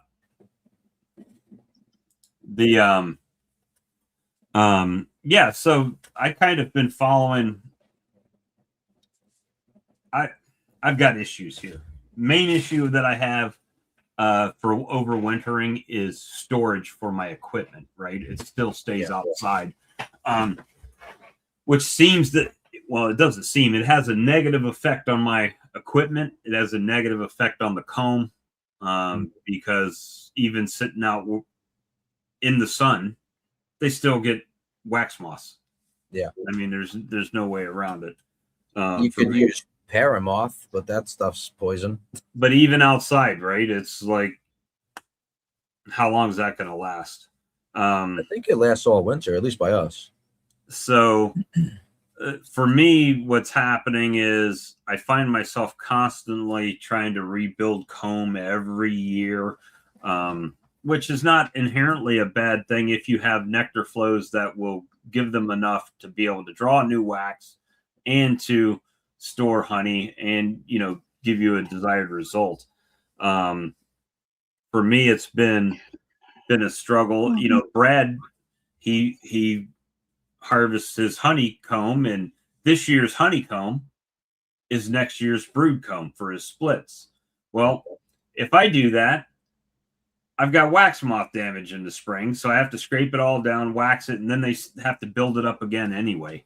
So is the damage that that significant? Yeah, it's pretty bad. And then what doesn't get damaged by that, if it gets too hot, then it just kind of deforms on the foundation. Yeah, I've seen that. And then I just have to scrape it down anyway and pressure wash it. And that's kind of where I'm having. That's kind of, if I pressure wash the comb, it's got to sit outside for several days to dry off before I can wax it again. Right. Yeah. So it's like just constantly loading boxes into truck to bring them around back to the pressure washer, to unload them, to pressure wash them, to let them dry so I can carry them in the house, to roll wax on them, to carry them out to out yards or to the to my yard to put them on the colony. So it's just constant workflow. Hey Keith, good to see you. So it's farming, and that's what I've tried to explain to people that have come out here for to try to help me work bees or to mentor, is that look, I understand that you want to learn how to keep bees. Lesson 1, this is farming. The bees do not wait on us. Yep. So if something needs to be done, it's got to get done, right? It's not, hey, I can come out Tuesday and do it. Are you going to be out Tuesday? Yeah, I'm going to be out every day because I'm a beekeeper, right? I got to work my bees. If I go by a hive and I'm just doing nothing and I walk by a hive and there's an issue, I'm going to open it up and look in it and see what's going on. Yep. So it's like, just show up, and whatever I'm doing that day, you're more than happy to help. If it's, I really need someone to come on pressure wash frame day. That's what I mean, see, if you're mentoring somebody, and like it's local, it's like, it's what you got to do in your area. Well, you got to learn what to do in your area. I wish what I really need to do is get a few pints of different colors of paint. Okay. And have people paint boxes. Invite the homeschool kids over to paint boxes, right? There you go. So what you should do is you teach like a little, like what a hive does, this life stages of a bee, right? You call it the springs of spring, and you do it right now. And you say, okay, we're going to paint boxes, and I'm going to teach you all about egg to worker, and then the life cycle of the bee. And every kid can put their name on their box and decorate it any way they want. Have them stamp their hands on it. Oh yeah, make it cool. Give them something to do. And you could charge for it. If you teach them, you could charge. I did a homeschool group for bees, right? And I made $200, and they bought like 15 pounds of honey. You're like, what was it? A Tom Sawyer, right? When he's when he's whitewashing the fence, and all the kids are coming, and they're like, "Oh yeah, this is so fun." He's like, "I'll give you an apple if you let me do it." And he's sitting there eating an apple. I'll give you this brass door knocker. At the end, you end up with a bunch of stuff for them doing your work. Mike, you got quiet over there. You tired, buddy? Oh, I've had a long day. That's how it was here. My wife was off today, so we got up and went and had a nice breakfast at one of the local restaurants. And I highly recommend this restaurant if you're ever in town. It's a local establishment called the Lizard's Thicket. Now, to give you an example, the other day I went down to McDonald's and I bought a arch meal, single arch meal, French fries. What's an arch meal? It's basically a Big Mac, but it comes on like 2 quarter-pounder buns. It's like a big sandwich. But anyway, it's like $14 and some change for one meal. So 2 people eating McDonald's is $30. That's crazy. I went down to this place. I had a big Western omelet, a drink, hash browns. My wife had, 2 eggs scrambled and some French toast and the whole country breakfast thing. And it cost us like $30. I'm like, I would be here every day compared to McDonald's. McDonald's is a scam now. Because I remember back when there was the dollar menu.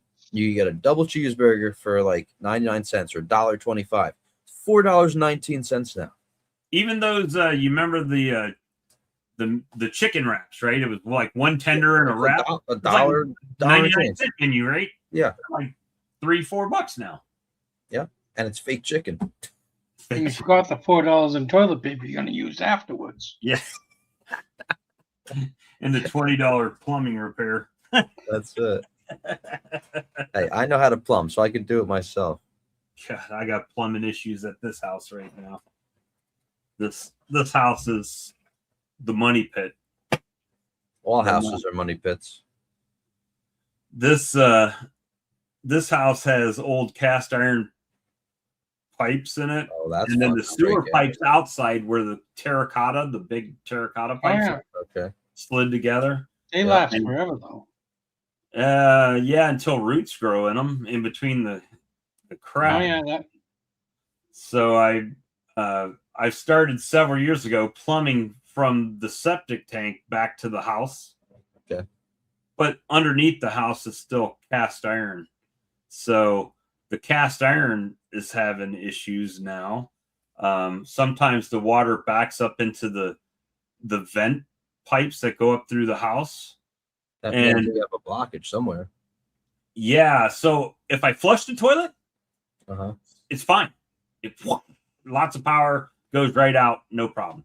If I run the washing machine at the other end of the house, the water, when it comes through the drain, Yeah. it'll get high enough in the lines to floor level, and it'll start seeping out around the base of the commode. Ooh. So it's backing up. I went on the roof and the other day, and I'm knocking, making sure the vents are Vents are clear. open. And they were. I don't know what's. Is your leach field good? Probably not. I mean, it's So open up, if you have a septic, open up your septic and check your secondary tank where it runs out to your leach field. Clean that filter. Pull that filter out and just hose it off, power wash it off. I don't even know if it's got a filter, man. It's been in the They ground should since have filters. 1960. Maybe not that. I don't know. I could thought be a about dry well. I had it pumped out like a couple years ago. So Pump out doesn't mean, because it'll fill back up in like a few days, right? It's other when thing you your can water do, from your I tanks believe don't run it's- out to the leach field. That's when you'll get back up into the house.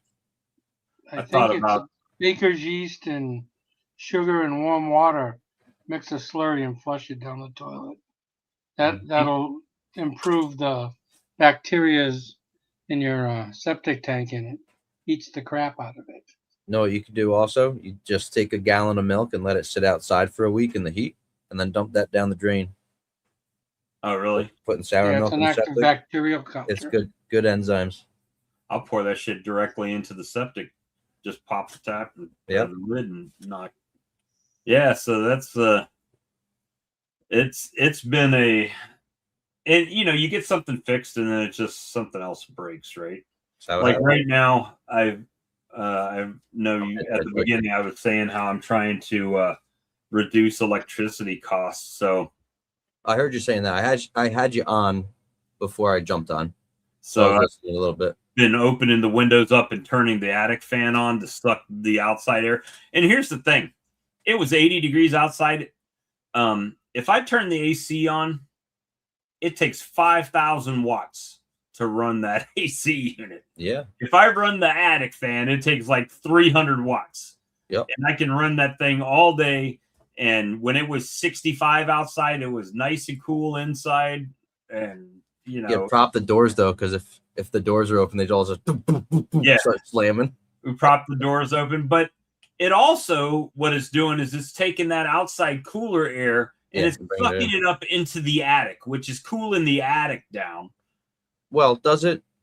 Because usually when an attic fan is like, if you have like it at the side of the house, your exhaust port is right there, so it comes in and it like just immediately goes out. So it creates that Mine's in the vacuum up ceiling. and through Yeah, mine are in the roof of the house, right? yeah. Like in the ceiling. And I only have one that's working. I tried. Vivor has sent me some stuff in the past to do reviews on. I'm trying to get him to send me one of those solar attic fans so I can go rip the other mushroom off Yeah. of the house and put that in and do a video on it and Yeah, get a that'd be free sweet. solar attic fan. But they haven't come So back. do you have a vent in your ceiling? What do you mean? Like my attic fan's right in the ceiling in the Yeah, top mine's second floor right hallway. in the ceiling in there. The only Then vent I have big gable vents on each end. I don't have gable vents. I've got the soffit vents along. Yeah, they don't do anything. And then I've got a mushroom that's Now, working. if you would have cut some good sized gable vents, I don't remember. What's problem with my house? Well, another problem with the house. Oh, you got hip roofs too, I think. Yeah, everything comes down flush Yeah. with the The only face. thing you can do is put a ridge vent in. That would cool it off a lot too.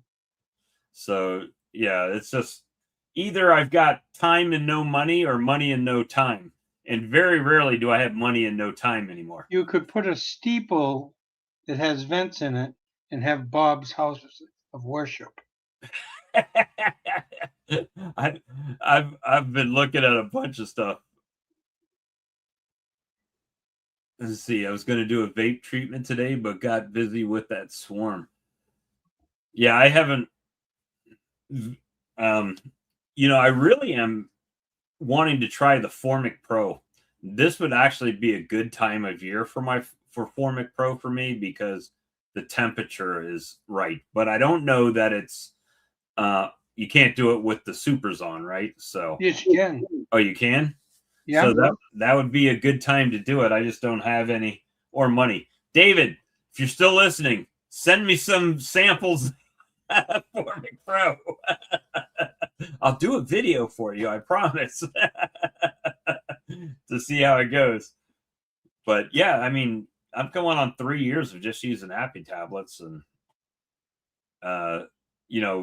everything that I've tried up to this point has not had a better survival rate than I've had with the Happy tablets. It's been the same, so why spend a bunch of money on other things? Guys, I'm gonna grab a drink. I'll be right back. You guys talk amongst yourself. I'll be right back. Forbidden YouTube words. I caught a swarm today. I think you got your first swarm before me, right? I got it today. Oh, that was the first one today? Yeah. Were they big? Oh, it was a big one. Yeah. It came out of a licensed polyhive. Nice. I hadn't checked it. I don't think about checking the polyhives for some reason. You're just like, yeah, they look pretty. Leave them be. But I made 2 nice nukes, and what the queen cell I kept for the hive, I watched her crawl out as I was putting her in. I said, perfect. Oh, that's great. Now, do you think that they were queenless for long enough where they won't mess with her? She swarmed today. I went in the hive. The virgins are hatching. We've had 3 days of. We've had 3 crap days over the weekend, so this was only the second day. So the one that you saw crawl out was from where they swarmed out of. Yeah. Okay. I made 2 nukes with swarm cells. Sweet. And, yeah, usually if you're making the splits and nukes with a hive that's swarmed, they're already ready for new queens anyway. So usually they're good. Well, I made them with queen cells. Okay. Well, from the swarm. Yeah, I had a hive. They just they got broke down from the cold because we got a cold snap the other week, like 22 degrees, and they weren't big enough. And I put a queen cell in there, and she didn't hatch, and then they died. And I had another queen cell. I just cut it open, and she was hatching. I put her in. The girls went whatever. They followed her around. They cleaned her up a little bit. And I'm like, we'll see you in a week, and she's in there still good and laying.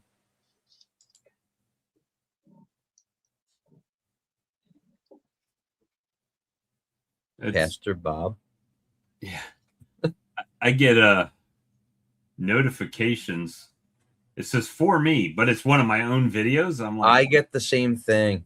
But it's not even a video like I did today, right? It's like, why are you? It's like, so I keep getting the ones like, it's like notification, you're live. MJ Farmstead is live. And I'm like, no, someone hacked my account. They're running Bitcoin ads. Yeah. It's, let me see here. See what I got. Sometimes I get, nope. And I get people that watch friends of mine on Facebook. Anything they see that's got honeybees, anything, any article, any reel, anything, they'll just share it to me. And most of the time I've already seen it by the time they send it to me. I'm like, okay. And you know, some of it's like Texas Bee Works, and I'm like, okay, thank you for sending me this. I appreciate it. And today Texas Bee Works is not my favorite. we saw the bees. She's the one with the top hives.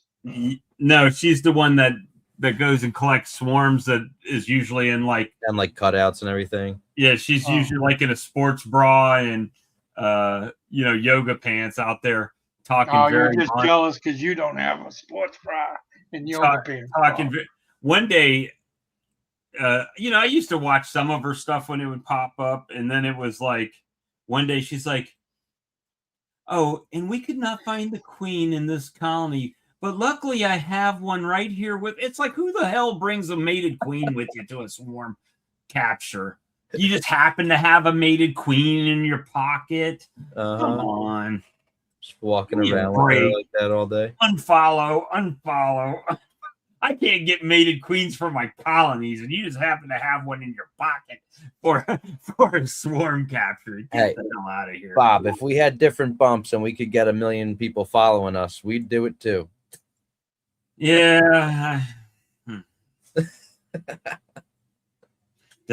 Don't get me started. You guys are going to get me banned from YouTube because I'm going to get on a soapbox. She's one step away from only farmers. I put my bottle of onlykeepers.com.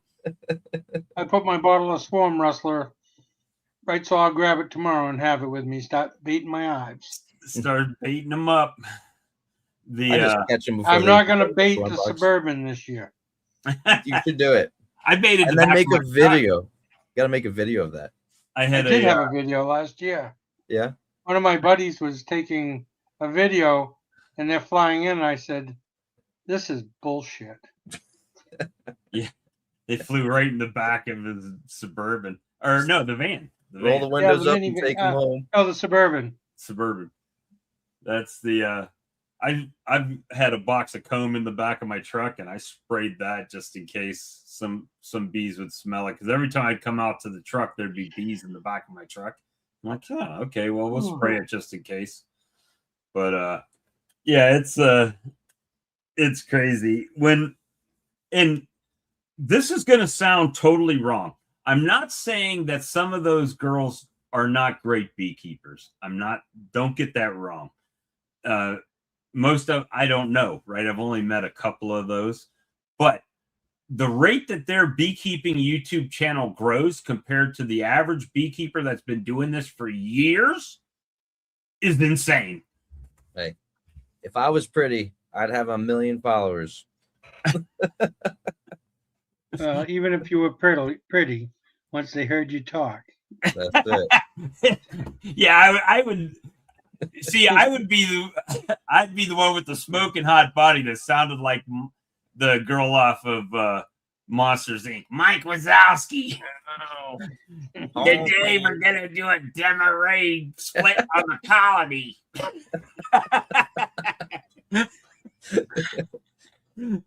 So sound like I was smoking Camel non-filters. Bob, can your AI do a I'm trying to think how to say this YouTube friendly. Can your AI make you a lady in real time for videos? Oh, I'm sure it could. You should try it just to see.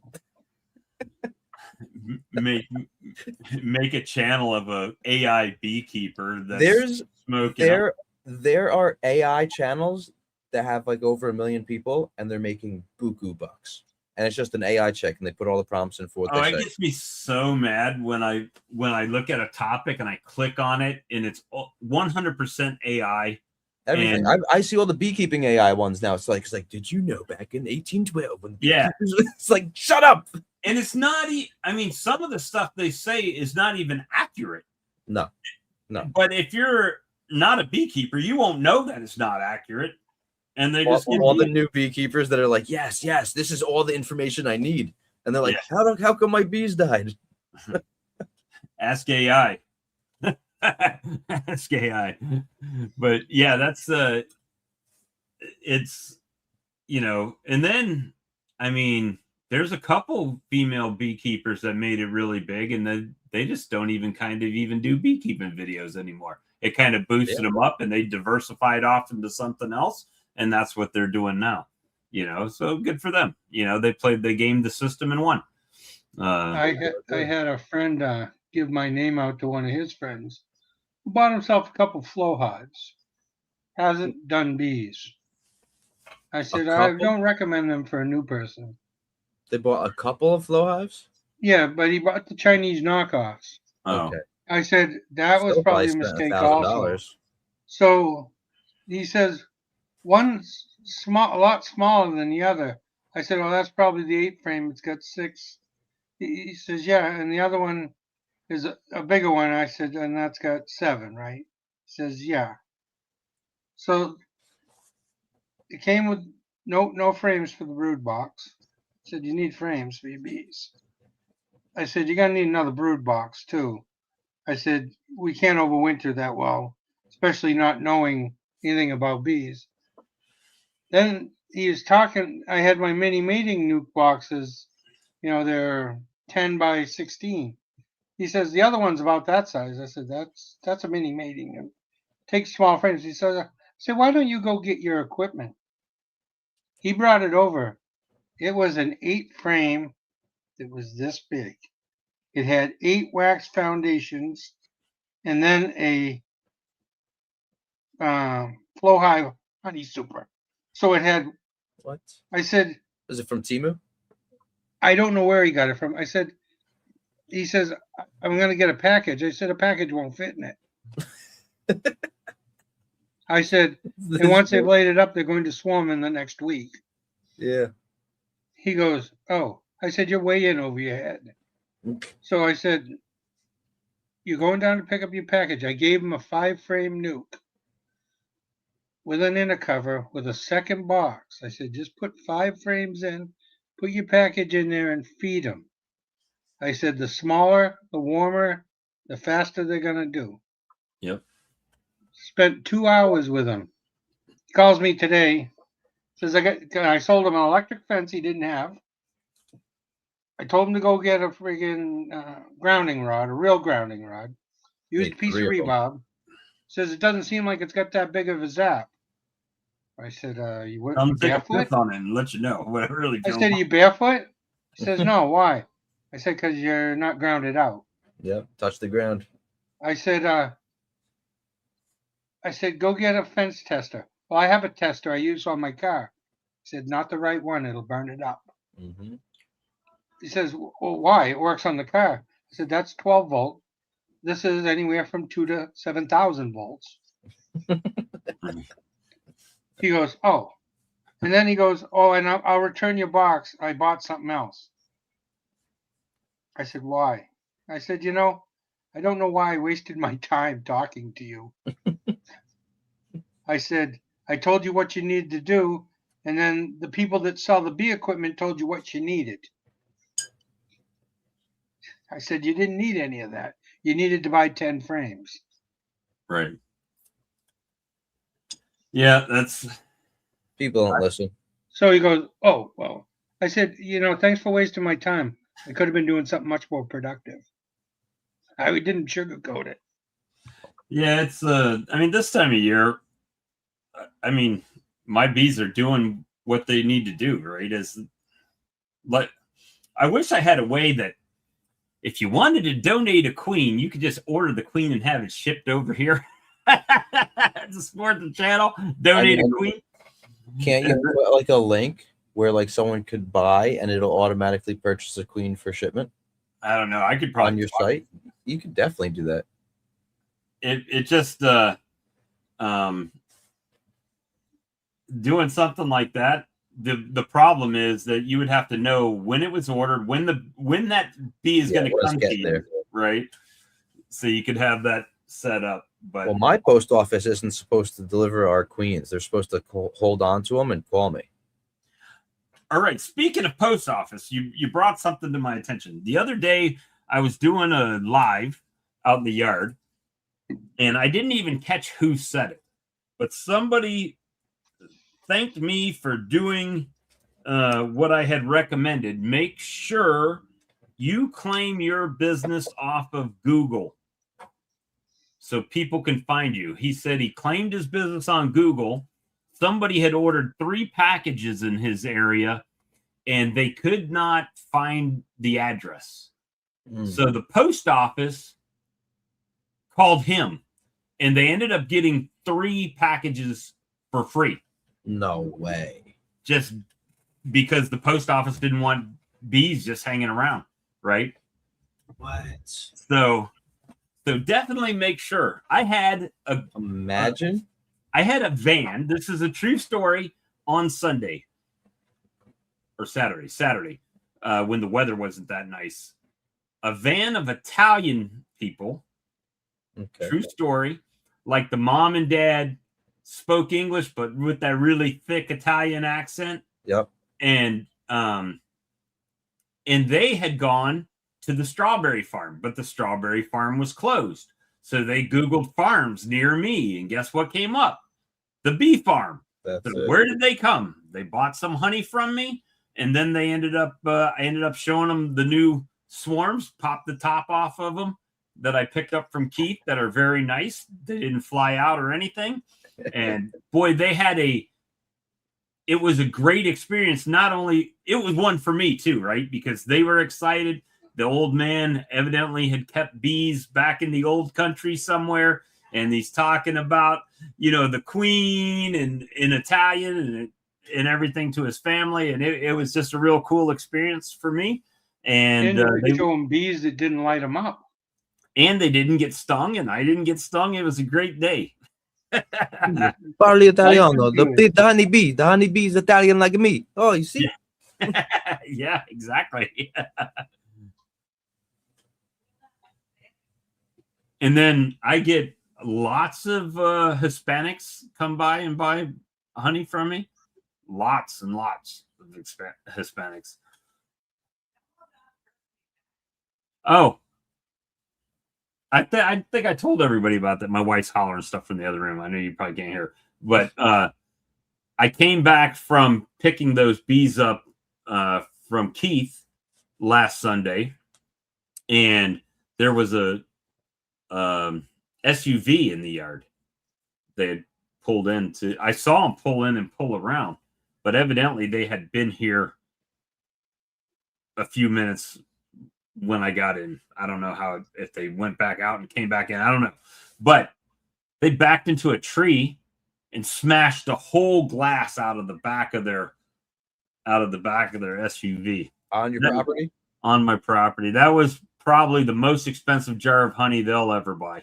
Yep. About $20 worth of honey, and now they have to replace the back glass in their SUV. Damn.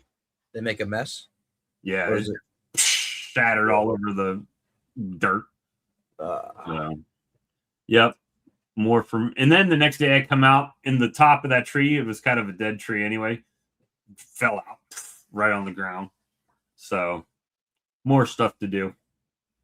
I had this one Indian family. They stopped one time for eggs, and the wife, was it the wife driving? No, it was the husband driving, and he sort of shimmies and backs up, and they hit my mailbox, which is all cement and stone. And then the wife gets out. She goes, "What'd you do?" They start screaming at each other, and I'm like, "You guys okay?" And the husband's like, "Yeah, we'll still take the eggs." And she's like, "What do you mean?" And then put a dent into the bumper. But my mailbox thing is strong. Yeah. You ever see the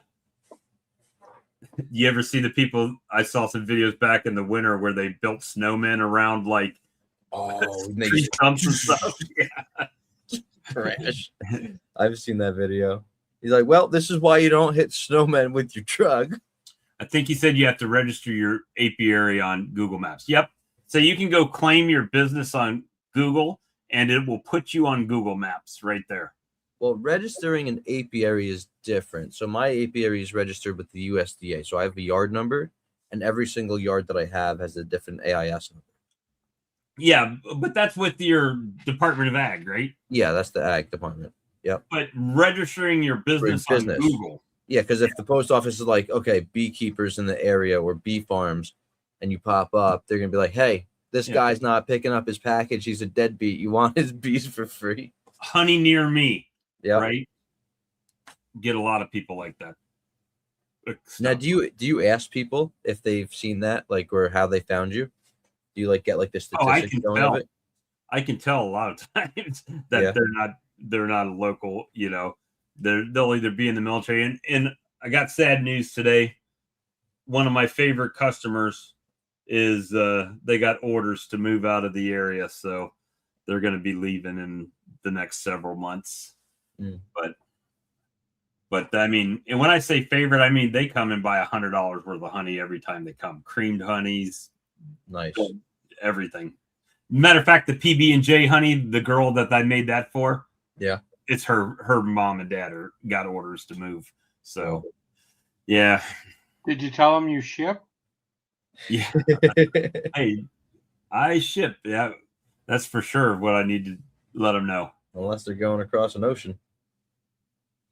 So I think Uncle Junior, once you register it with Google, I know when I registered mine with Google, it asks you the address and everything, and it adds you to Google Maps. And Google Earth is a spinoff of Google Maps. So Google, you can do satellite view and street view and all of that right from Google. It's all the same stuff. Yeah, if you do street view, you guys could see Bob's table. You can see, yeah, it's on there, isn't it? It is. My yard, my table's just sitting there. And every so often they'll come through and update the photos somehow. Ride the little van with the camera on top of it or something. You should try to figure out when they're coming next and have your bee suit on and just be like running, like all like frantic. Yeah. Like you're getting attacked by the bees. We haven't seen Alex in a while, Bob. No, I haven't seen him in a while. He's probably getting ramped up, getting ready to keep his bees. It's, you know, and I understand what he's going through. I mean, I went through the same period where it's like, man, is this, especially after a big loss, right? You start questioning, is this really worth it? You know, It's always worth it. I mean, I enjoyed it, but it got to a point to where it became work, right? It was no longer a hobby. It was, I've got to do this weekend, and I've got to do this. And I ordered mine on Amazon, but what's a honey flag? Those feather flags that say that say honey. Oh, yeah. I gotcha. I'm gonna order that and just stand at the street like a samurai and wave it. I want to get one of those things that got the crazy noodle hands. Wacky flailing inflatable flailing arm tube band. And you know, it just got to a point to where it became like a job and work. And when I was working, it was a lot, right? And it was just like, is this what I ought to keep doing, James? And that's where I'm at. I'm too big to fail now. I'm in too deep. You know, and I tried to explain to people very nicely when hey, I want to keep bees, but do you really? The first thing I say to people that say that, I go, how much money do you want to spend? And they go, well, what do you mean? I go, well, you shouldn't just get one colony. You should get two in case one starts to falter and you can equalize. I go, and then if you have healthy bees, I go, next year, guess what's going to happen? They're going to split, right? And if you don't split them, they're going to say, see you later, and you're going to lose free bees. And I go, those free bees cost more equipment. That equipment costs about $280 if you get it all unbuilt and do it yourself, you know. I go, if you get it assembled, it's like $350. And I go, and then at least you have bees. And I go, but then the bees have to build up. And I go, so that's going to take a year of care of that colony. I go, and guess what? Next year, if you have 4 colonies that make it, I go, all those 4 colonies are going to want to split. So you're going to need to get 8 colonies. And I go, I'm like, you'll make $600 of honey the second year on them, hopefully. I go, but then, hey, but just think, then you got to buy an extractor and a hot knife. Well, I mean, that's kind of the thing, right? Well, I tell people, I'm like, you could come here. I could charge $1 a pound that I extract. And I don't So- bottle it for you. Can we agree a frame and foundation for the most part cost $4 to $5 nowadays? I think I could price mine around for Man Lake, because I'll always get I get free shipping like over the $300, about $3.18 a frame, and with foundation. But I get the cheap. I get the permadent. I don't get the good stuff. Okay, so if you get the good stuff, you're looking at like $350. Let's just use 318. So that's $31.80 for just frames in a box. Per deep. Yep. The box is going to cost you what, $20. 25 bucks? 20 if you get them in a 5-pack. You can get the commercial for $19.99. Okay, so 20 bucks. So now we're up $50 to a box. 50 bucks. Oh, but you need a bottom board, so that's another 25 bucks. No, $40 for a good bottom board. If you get the top and bottom, the telescoping hive cover and your bottom board is $80 combo on Man Lake. So maybe 75, depending. So on you're at $130 with no bees and nowhere to store the honey. Yeah. So, yeah, don't forget the mite treatments. Yeah, and mite treatments. Yeah. So I'm sitting out here and I'm like, you see all them boxes over there? And they're like, yeah, I see those stacks of boxes. That says each one of those is about $50. And they're like, really? I'm like, yeah. And that's just the ones on the pallets. Now, you know, when you start, the bees are going to cost you around $200 a colony. So each one of these boxes out here that are stacked up, you know, and just you see the numbers going in their head. I said, so if you're not serious about beekeeping, you're much better off still buying your honey from me. Yeah, because if you think about it, if you got 2 colonies, you need your hive tool, you need your smoker, you need an electric line, you need the electric fence charger, you know, you need grounding rods are $35 each. You need 3 of those. That's in your area. I don't have bears down here. So yeah. Why do you need 3? They're supposedly, they say if you get lightning strike, you want 3 grounding rods spaced 10 foot to 20 foot apart. No. So, or I've heard people, they put 1 down and they just run the wire on the ground with some bricks on top of it. I just put 1 down. My middle strand when I'm running strands is a ground. Okay. So if they put the head under or over, they're grounded. Yep. That's smart. They also say it hits better. So if it's like dry out, they say more grounding rods will actually give like a better oomph. But yeah, that's a Beaver box. Yeah. I haven't bought any, but I have reviewed one that they sent me. You just got to tell the people, be like, become a YouTuber, get super, like, somewhat, you know, not big, but huge or whatever. And then you could ask all the bee companies, say, hey, would you sponsor a video? I found most of those have contacted me first. Yeah, the Bee Castle contacted us. I reached out to a couple. I'm like, oh, I could get some free boxes. Nope, no one even reached back. Yeah, even Vivor, I've done videos. They haven't. I tried to get that solar vent, and it's been 4 days. They haven't responded. So I don't know. They're hit or miss. I had one company sent me a. I think they were called. It was Saker, Saker. They sent me a little handheld chainsaw, battery powered chainsaw. Oh, cool. It was pretty cool. I was knocking scrub oaks down and stuff like that with that thing real quick. I mean, even when they were like this big around. Yeah. Right down. Right through it. And now I can't find that thing to save my life around this place because I could use it. It's under some weeds. It got grown out outside. Left it in the apiary bed. What did Eric say here? Let me see. He said bees for a month. Bought more equipment than I thought I needed. Wound up getting 5 nukes. Running out of equipment happens fast. Yep. But I'll tell you what'll happen, Eric. And I'm not wishing bad will on you. I'm just telling you, it's been my experience with a lot of people that I've talked to, and including mine, is I built up all this equipment, and then all of a sudden I had a big die-off, and then I have way more equipment than I need. So it's and I made some mistakes because when I was doing that expansion, when I bought the equipment for $2, I could get them assembled. And then they assembled them all and didn't glue a single one of them. And all of those are basically wasted money at this point. Just got to paint them. Keep them painted. They stay Oh, longer.